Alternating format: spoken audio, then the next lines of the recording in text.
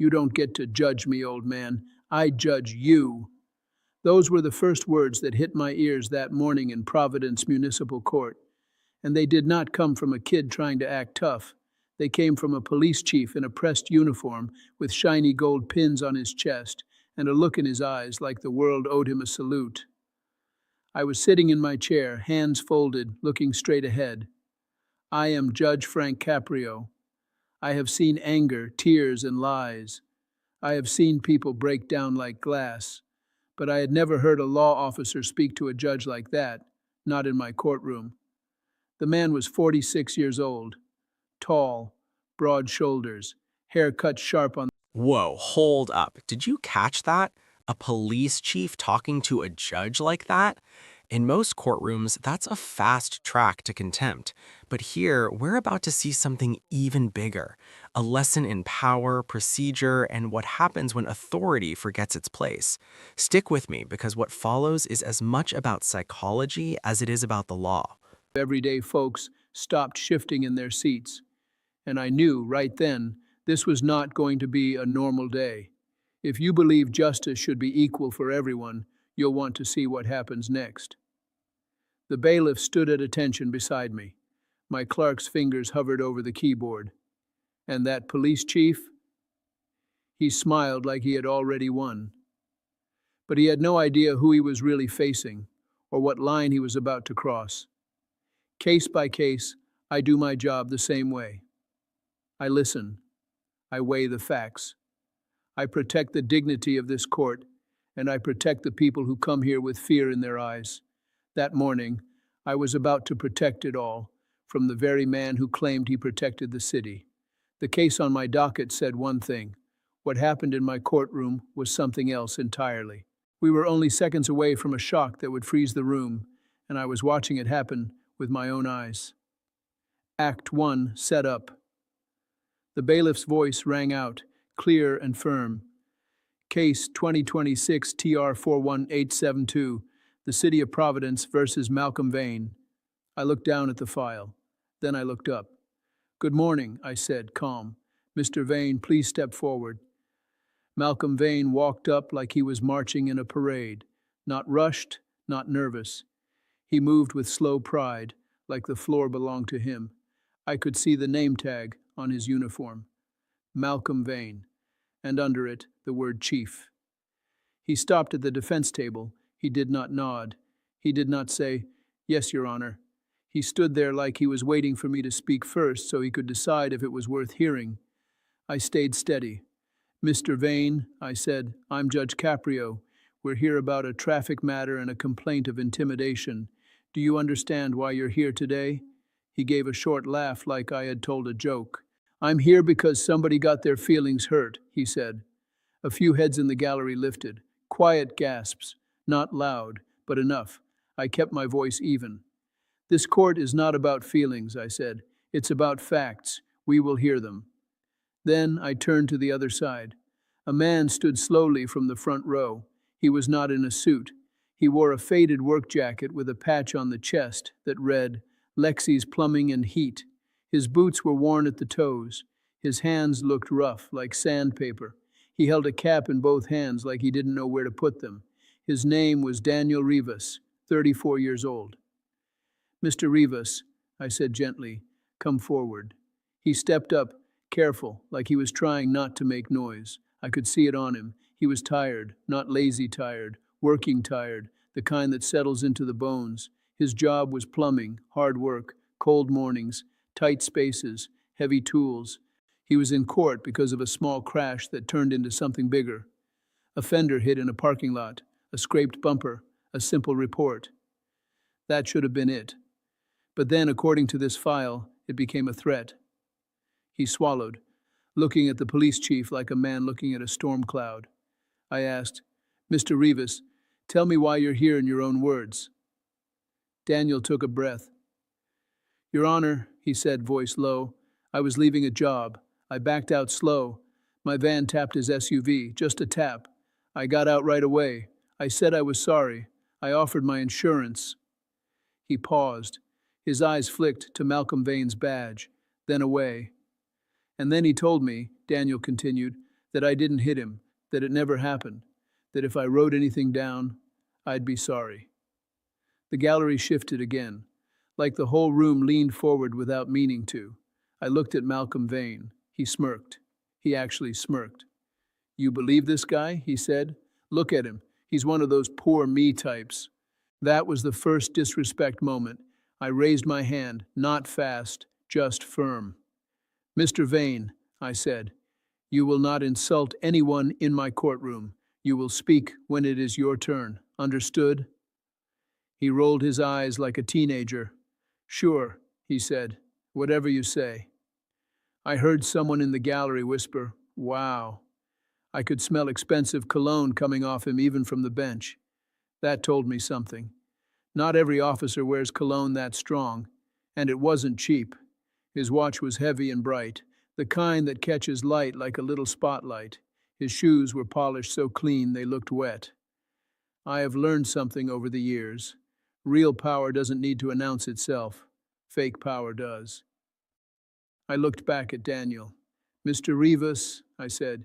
Pause right there. Let's break this down. Using a masked call to intimidate a citizen, that's not just rude, it's a serious misuse of power. In legal terms, that could easily fall under harassment or coercion. And notice the courtroom dynamics. The chief smirks, Daniel flinches. Already the scales of power are tipping, but our judge?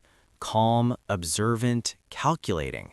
This is where the drama begins to build, and you can feel the tension snapping in the air. He was measuring me, and I was measuring him right back. Act 2, Escalation. The first confrontation came quick, like a spark. I said, "Mr. Vane, do you deny there was a collision?" He shrugged. "Your Honor, I didn't feel anything," he said. "If his junk van kissed my bumper, that's not my problem." Daniel flinched at the word junk. I kept my voice steady. "A kiss can still cause damage. Do you deny you told him to not report it?" Malcolm leaned in, smiling. "I told him to relax," he said. "People like him love paperwork. Makes them feel important." That tone was the problem. Like Daniel was less than him. I nodded once. "All right." Then I said, "Let's start with evidence number 1. My clerk tapped keys. The screen in front of me lit up. A set of photos appeared. Clear, bright, time-stamped. A gray SUV with a scratch line on the rear corner, red paint transfer, and then a matching red scrape on a work van's front bumper. The photos weren't fancy. They looked like simple phone photos. I asked Daniel, "Did you take these?" "Yes, sir," he said. "Right there in the lot." Malcolm waved his hand like he was shooing a fly. "Anyone can scratch a car and take pictures," he said. "This proves nothing." I watched him. He wasn't just denying, he was disrespecting proof. I said, "Mr. Vane, your response is noted, but you will not dismiss evidence with a joke." He lifted his chin. "Then maybe I should call the mayor," he said. The gallery made a sound, like a low ooh, but held back. This was the second confrontation beginning, the authority challenge. I leaned forward slightly.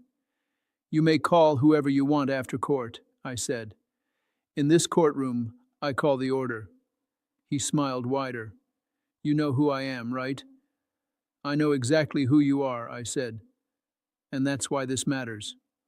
Then I introduced evidence number 2. "Mr. Rivas," I said, "you mentioned a call from a blocked number. How did you connect it to Chief Vane?" Daniel reached into his jacket. His hands shook just a little. He held up a printed page, then another. Call logs, times, dates. "My phone company showed the call came through a mask app," he said, "like it hides the number. I didn't know that at first." I nodded. "A mask app is a tool that can hide who is calling, like wearing a hood on the phone." Malcolm chuckled. "Cute story," he said. Daniel continued, "I work with my cousin. He fixes phones. He said sometimes the app slips, like it shows a real number for a second on the billing record." He handed the papers to the bailiff, who brought them to my bench. On the record it listed a number, not fully, but enough. The last 4 digits were clear. My clerk typed quickly. We had already subpoenaed, asked for, basic information from the carrier, and the last four digits matched a number listed under a city-issued phone assigned to Malcolm Vane. I looked up. Mr. Vane, does the city issue you a phone that ends in 7742? For the first time, his smile twitched. That's not proof, he said. My office has phones. I said, then tell me how your office phone ends in the same digits as the call log that threatened a citizen. His eyes narrowed. He leaned close to the table. You're trying to embarrass me, he said. I shook my head. No, I said, you embarrassed yourself the moment you used fear like a weapon. His jaw tightened. He looked around like he wanted to see if people were buying my words. Then he did something I did not expect. He turned his head toward Daniel. Hey, Malcolm said, loud enough for everyone. Tell the judge how much you want from this. Let's just say the number. I can pay it. You want 10 grand? 20? Daniel's face went pale. That was a bribe attempt. Right in open court. The gallery broke into whispers. My bailiff stepped half a foot closer to the defense table. I said firm, Mr. Vane, stop talking, right now. He raised both hands, acting innocent. What? He said. I'm solving the problem. I took a slow breath. In my mind, I was already thinking, this is bigger than traffic court. Then came the third confrontation, the direct insult and the line cross. I said, Mr. Rivas, is there more evidence? Daniel nodded, eyes glossy. Yes, Your Honor, he said. There's a video. The word video changed the air, like someone opened a window. Malcolm's posture stiffened. Video? He snapped. From where? Daniel looked down. My van has a dash camera, he said. A little camera that records out the windshield. My cousin installed it because I got robbed once. A dash camera is like a small eye on the car. It doesn't forget. My clerk loaded the file. The court monitor turned on. We saw the parking lot. We saw Daniel's van backing slowly. We saw the tap, gentle, not violent. We saw Daniel get out with his hands open, calm. We saw the SUV door swing open hard. Malcolm Vane stepped out, and even without sound, you could see his anger. Then the audio came through, his voice, clear as day. You touch my car, you touch your future, he said. Daniel's voice on the video. Okay, everyone lean in for this part. Chief Vane just made the ultimate courtroom power move. He's hinting at using his weapon. In legal terms, that's a nightmare. Threatening a judge in their own courtroom is felony-level contempt and assault with a deadly weapon. Watch the tension here. Every second counts, and the judge's response? Pure masterclass in control. This is the kind of moment that goes viral, but it's also a textbook example of standing up to intimidation without escalating chaos. His eyes got wet. I saw him blink hard like he was trying to push the tears back in. Malcolm Vane's face went red. That's edited, he barked. That's fake. I raised my hand. Enough, I said. This is your voice. That is your face. That is your badge. Malcolm snapped his head toward the gallery like he wanted backup. No one moved. Then he looked at me, and he crossed the last line. He pointed at Daniel and said, You're really going to take his side? This loser? He's nothing. He's trash with a toolbox. Daniel flinched like he had been hit. I felt my face change. I could feel it, the warmth in my cheeks, the tightening in my jaw. I have tried my whole life to be patient, but I will not let someone with power crush someone without it. I said, Mr. Vane, you will apologize. Now. He laughed again, louder. Apologize? He said. To him? I'd rather apologize to my shoes. The courtroom went quiet in a way that scared me. That quiet is the sound before something breaks. Then Malcolm did what no one expects in court. He reached down to his belt, his hand wrapped around his weapon. My heart did not race. It dropped, because I knew exactly what he was doing, and I knew exactly what I had to do next. Viral moment. Malcolm Vane's fingers tightened on the grip of his gun. He did not pull it all the way out at first. He just tilted it, like a warning, like he wanted everyone to see he could. He looked at me and said the nuclear quote, slow and cold. I don't answer to robes, I answer to bullets. Say one more word, and I'll show you who runs Providence. 10 seconds of silence followed. Not 5, not 3, 10. I heard nothing but the hum of the lights above us.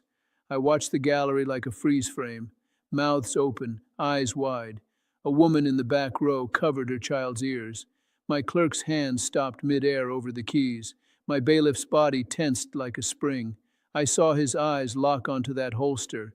He was ready to move, and I could feel my own face change. Not fear, something else, a hard kind of sadness, because a police chief was standing in my courtroom using a gun to try to control a judge.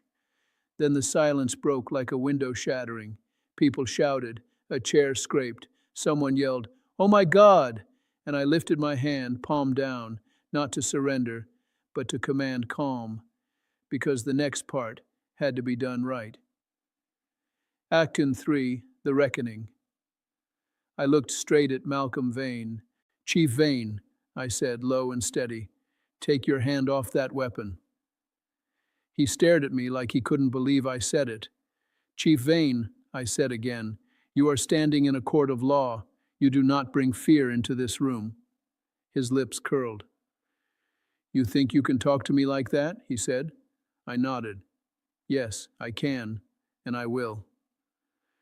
I could see his chest rising fast, like a bull getting ready to charge. I spoke carefully but strong. "Malcolm Vane," I said, using his full name, "you came into my courtroom wearing the uniform of trust. That uniform is not a costume. It is a promise."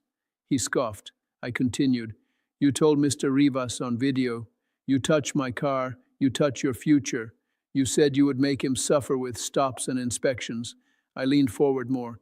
"Do you hear yourself, Malcolm Vane? That's not protection. That's bullying." He opened his mouth, but I did not let him take control. "You called him trash," I said. "You said he crawls." Then I repeated his bribe line back to him. "You said in open court you want 10 grand, 20. I paused. "Malcolm Vane, do you understand what that looks like to the people in this room? To a kid watching? To a worker like Mr. Rivas, who wakes up before sunrise and crawls under pipes so families can have warm water?" Daniel looked down, shoulders shaking. Quiet tears now. I turned my eyes to Daniel for a moment, then back to Malcolm. "You have a salary," I said. "You have a title, you have a badge, you have a weapon." My voice rose just a little, and still you wanted more power. You wanted the power to erase a crash, the power to erase a report, the power to erase a man's voice. I pointed gently toward the dash cam screen.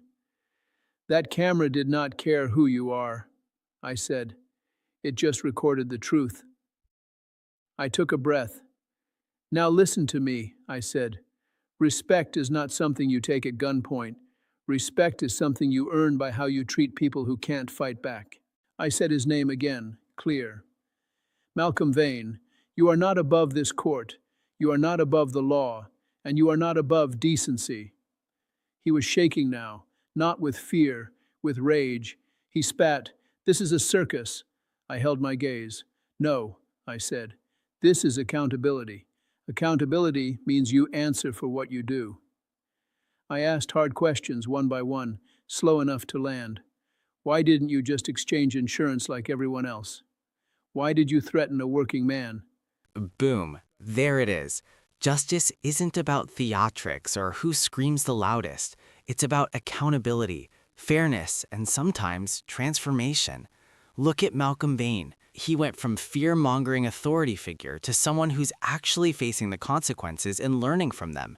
And Daniel Rivas, the quiet hero who shows up, sticks to the truth, and finally gets his dignity back. If you take one thing from this, remember, the law is a mirror, not a weapon. My hand. "Not one word," I said. "You had plenty." I began in stages, so everyone could understand what was happening. "First," I said, "for the traffic violation and property damage, you will pay a financial penalty of $2,150. He blinked like that number was nothing to him. I continued.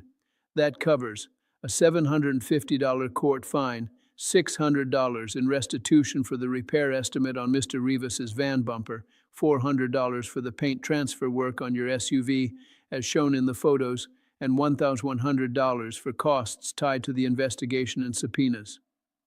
He scoffed again. Second, I said, your license will be suspended for 120 days. His eyes widened. That's, he started. I cut him off. During those 120 days, I said, you may drive only to medical appointments and to any court-ordered service. No personal trips, no special treatment. If you violate that, you will face a longer suspension. I turned a page. Third, I said, you will complete 180 hours of community service. He laughed like it was impossible. I said, not just any service. Service tied to what you did. I looked at him. Every Saturday for 12 weeks, I said, you will report to the Providence Community Repair Clinic on Doyle Street. This is a court-approved location, not a private address, for a 5-hour shift. I explained it simple. That clinic helps low-income families fix small home problems, leaky sinks, broken heaters, loose steps. You will help with intake, moving supplies, and cleaning. You will not wear your uniform. You will wear plain clothes. You will take directions from the supervisor. I paused. You will also do 3 weekday evening shifts, 4 hours each, at the Road Safety Youth Program at Harborview Middle School. A few people in the gallery nodded. They liked that. I continued.